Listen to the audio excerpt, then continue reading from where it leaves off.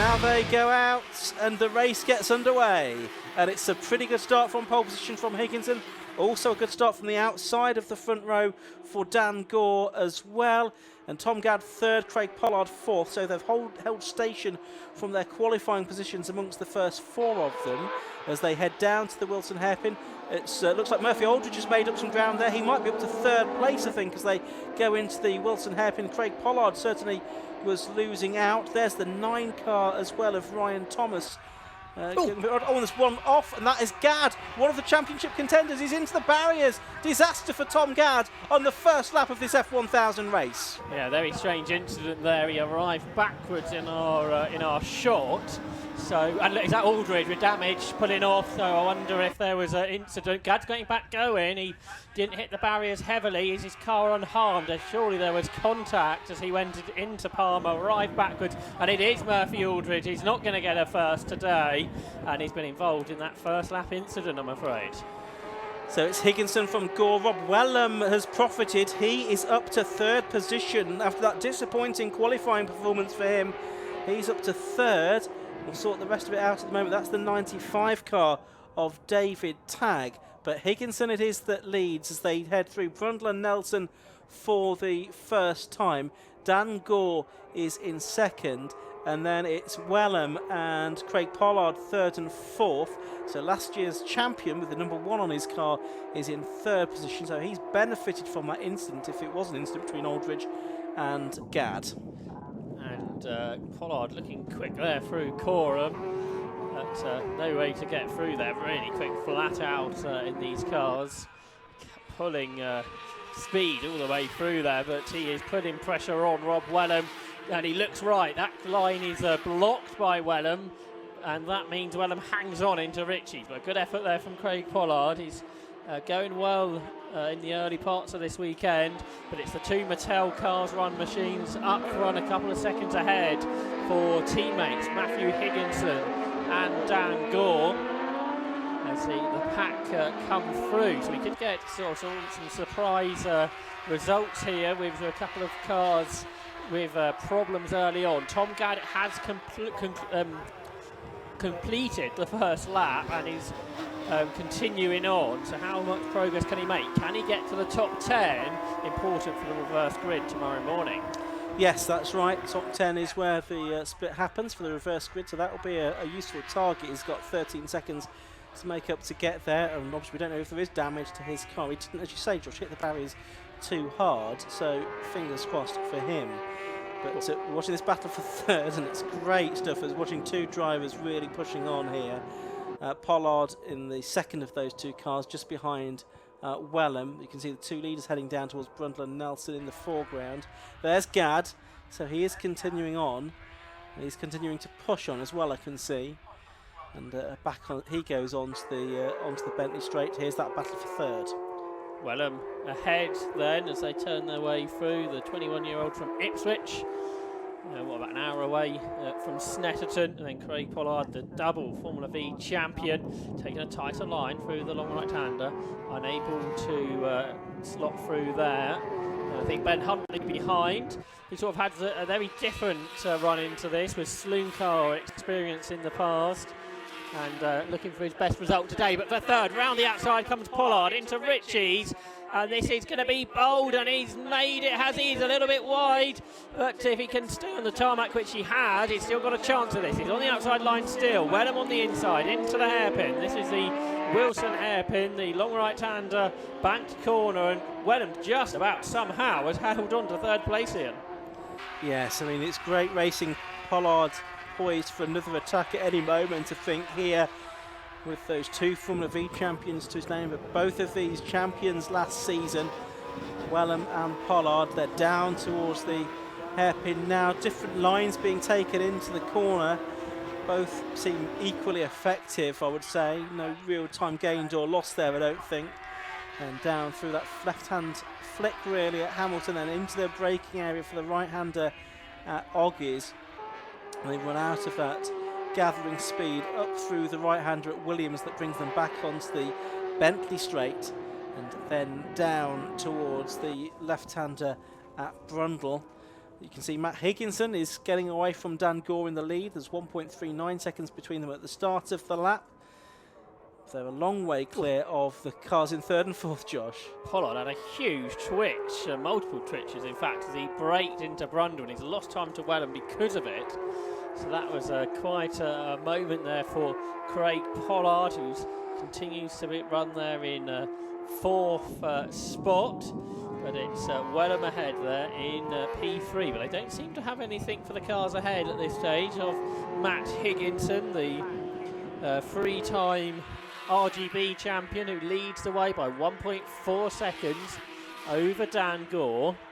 And I don't think we've really seen this from Higginson yet, where he's been able to go from pole and then now start to streak away, much like in some of those RGB seasons he was able to do on numerous occasions. But now he's been able to put it into F1000 form as well, seemingly. Behind Wellham and Pollard is Ben Huntley, who's still there in fifth spot, with Sam Satchwell in sixth, and then a gap back to Chaz Height and Adam Walker. David Williams and Graham Thomas complete the top 10. Gadd is 11th though, and surely he's going to be in the top 10 very shortly. Yeah, about 2 seconds or so behind Ryan Thomas, so he may even make it up a few more places. He's lapping in the 149s. The cars ahead of him lapping in the 153s and 154, so I think he'll make up 7 more places before the end of this race here. And yeah, Gadd lapping in very similar times to the leaders as well, so I don't think there can be much wrong with his car. I'm sure there's also some red mist as well that's helping him along the way. Interesting different lines into the right-hander at Williams there, a much tighter line used by Pollard than Wellham ahead, which is intriguing. And now he looks to the inside. He darted to the inside, decided against it though, Craig Pollard. These two drivers from Suffolk, just south of the border here at Snetterton in Norfolk. And Wellham does not look to have the pace this weekend. He's won so many races here at Snetterton in past seasons. I think this is where the location where he took his first win.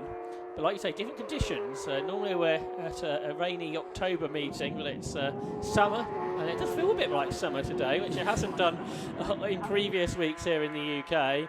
The sun is out, and Rob Wellham struggling, and under pressure again from Craig Pollard, who uses the toe, pulls out to the left-hand side of the circuit. Can he go around the outside this time into Ritchie's? No, he can't. He tried that a couple of laps ago and that didn't work out. This time he's trying to get the exit better, but Wellham has that one sus, so he defends on the right-hand side of the circuit. He's able to hang on. So Craig Pollard unable to do anything. He's still there in fourth, the car that's been set up again this weekend by ex-Mercedes man Graham Gant, multiple former V champion, and a real whiz with running race cars. And Craig Pollard driving the car well as well. Tom Gadd, meanwhile, is up to 9th place now. He got past David Williams at Ritchie's that time. So Adam Walker in 8th place, about 3 seconds up the road, will be his next target. He is one of those that doesn't use the Suzuki engine. He's a Yamaha man. It's Adam Walker in 8th place. 7th possible for Gadd, do we reckon? I would think that could be a possibility. What have we got? 6.5 minutes left to go. So, yeah, I think that could be on. And it sort of sets him up okay for tomorrow, really, doesn't it? So it may not be the worst thing that could have happened. Here we go again. Pollard in the tow, using his V experience. It does work a little bit, it seems. And this time, right round the outside of Rob Wellham into the S's. And he's done it, I think, if he can slow the car down for Nelson. Right round the outside at Brundle. Great stuff. Classic Snetterton shot that as the slipstream comes into effect around the outside. How many times have we seen that at this venue in all types of categories over the years? And Craig Pollard perfecting it there. And he's up to 3rd. Absolutely right. So Pollard here looking good for a podium finish, but he's got to keep Wellham behind him. Yes, if Gadd finishes 6th, that would be his first 6th place finish. It would be his lowest finish of the season. Higginson, Gore and Wellham have already had one 6th place during the course of the year, and of course I think obviously Wellham has had a couple of non-finishes as well, so Wellham will be dropping zeros basically. Can't really afford too many more poor finishes. Up front, Dan Gore has set 2 fastest laps on the trot. The latest lap was a 1:48.50, and the lead gap's gone back down to 1.3 seconds. So Higginson was quick at the start. Gore is quicker into the second half. Can he do anything about the leader then? The gap 1.2 seconds between the top two. There's the chase gap here. Yeah, and the 3/10 of a second, or Gore's 3/10 of a second outside the lap record now, which was set by Richard Mitchum, I should say, 12 years ago in April. So lap record possibly in the threat. There's Tom Gadd. He's getting past Adam Walker now, so that's for 8th place. So he's just a few seconds behind Chaz Hyton, so that is a possible chase margin to closing on the next lap or so. Here are the leaders. 1.2 seconds, as you can see on your screens there, between them at the start of the lap, with Dan Gore, there he is, in second position, chasing after his teammate Matt Higginson. Dan Gore, who came up through the Caterham ranks in the last decade or so. A couple of weeks ago, he was winning in Monoposto on the Brands Hatch Grand Prix circuit, where he was setting lap times that would have put him in the mid-pack of the historic Formula 1 race there a few weeks earlier, in a car that cost a small amount in compared to those machines from the 1970s and 80s. And Dan Gore, that lap was slower, so the lead gap goes back out to 1.6 seconds. So there he is, 80 Gore in second place. But second will still be a good result if that's what he comes away with, because that will be podium number 5 of the season for Dan Gore. And this is really going to close up the championship between Gadd, Higginson and Gore, with that drama for Gadd. How's he getting on? Well, he comes through in 8th, just a second behind Chaz Hyton. So in a moment, Tom Gadd should be able to gain a position into what is 7th. Here they are. He's right behind Chaz Hyton. Then it is Tom Gadd, the 26-year-old from Lincolnshire, the 2019 low-cost champion. He was 3rd in this championship last year in this Team Sellers Run car. He's on the inside line through Palmer, and he gains that position. Now, can he catch Sam Satchwell? Because he's only 5 seconds behind. And there's, 2 laps to go? And he's lapping 3 seconds a lap quicker, isn't he? So it's possible. It is possible he could get back into the top 6 here, which will be quite a turnaround after the off on the opening lap of the race at Palmer. I think after possibly coming together with Murphy Aldridge, although we didn't see that, did we? But 12 Tom Gadd pushing on here, damage limitation, looking for top 6 as he makes his way now onto the Bentley Straight. As we watch the car a bit further up the order. That was Huntley, I think, wasn't it? That was just going through shot. There is, sorry, that was Satchwell going through shot. There is Gadd now in 7th place. I think Dan Gore's chase of the lead is sort of over now, because the gap's up to 2.5 seconds a couple of times there. Higginson's been able to pull the lead out, whether that's Gore giving up on a win and going to bag second place points. Now, we did have time just about for 2 laps to go, so we may get 2 further laps and make this a 9-lapper, such as the speed of these F1000 machines, as Matt Suckling said prior to the race, the quickest cars here this weekend. So 2.5 seconds, Higginson to Gore. Where are the battles to come from? Well, I think it's going to be Gadd catching Sam Satchwell for 6th position, isn't it? Sam, the driver from Southampton, who's 28 years of age.